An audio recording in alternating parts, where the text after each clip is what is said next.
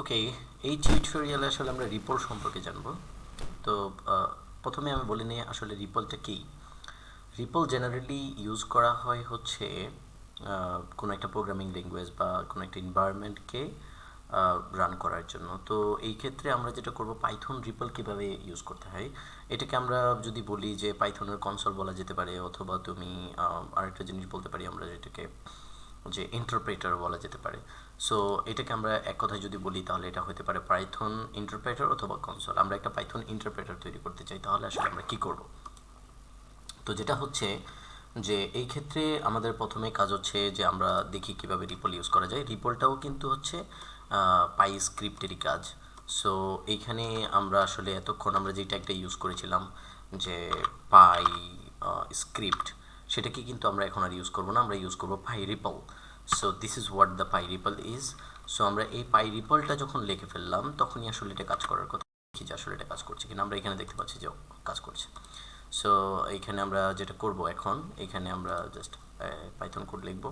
Let's say see what is going on there. আমরা যদি print লিখি, let's say I write hello. So আমরা shift enter চাপ দিব, এখানে হ্যালো প্রিন্ট করেছে, right?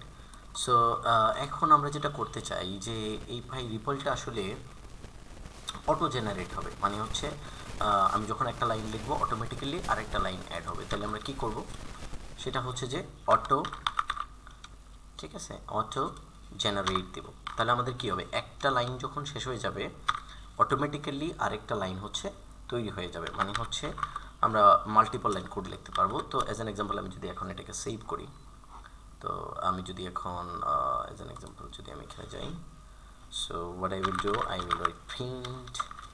Okay, so what will happen, এইখানে আমি যেটা করেছি যে আমি টেক্সট সেন্টার দেওয়ার জন্য যেই প্রবলেমটা এখানে ক্রিয়েট হচ্ছে যে এইটার টেক্সটটাও কিন্তু সেন্টারে চলে যাচ্ছে, যেটা হচ্ছে হওয়ার কথা না। এনিওয়ে আমি এটাকে পরবর্তীতে আপডেট করবো, সমস্যা নেই। আমি জাস্ট শুধু হচ্ছে দেখানোর জন্য করছি। তো এখানে অটোমেটিক্যালি আমরা দেখতে পাচ্ছি যে আরেকটা লাইন তৈরি হয়ে গেছে। সো এখানে চাইলে আমরা কিন্তু ফোর লুপে লিখতে পারি I in range let's say 10. So if I just keep this, and that is the problem you see.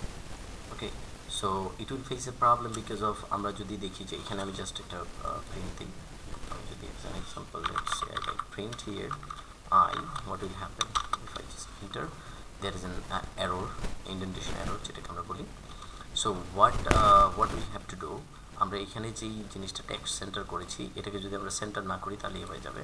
তো যেটা করতে হবে যে এই রিপোর্টটাকে আমি যেটা করতে চাই যে এইটাকে হচ্ছে as an example let's say আমি যদি টেক্সট সেন্টারটা রিমুভ করে দিই তাহলে এটা কাজ করবে letter on, I will do that as well. So এখানে আমরা যেটা দেখতে পাচ্ছি যে এখন কিন্তু এটা কাজ করবে। সো আমি যদি এখন ফোর লুপটা লিখি, for I in range, okay, so if I use 10 here and put that, and let's say already it হয়ে গেছে। so if I just print I, hopefully this time it will work.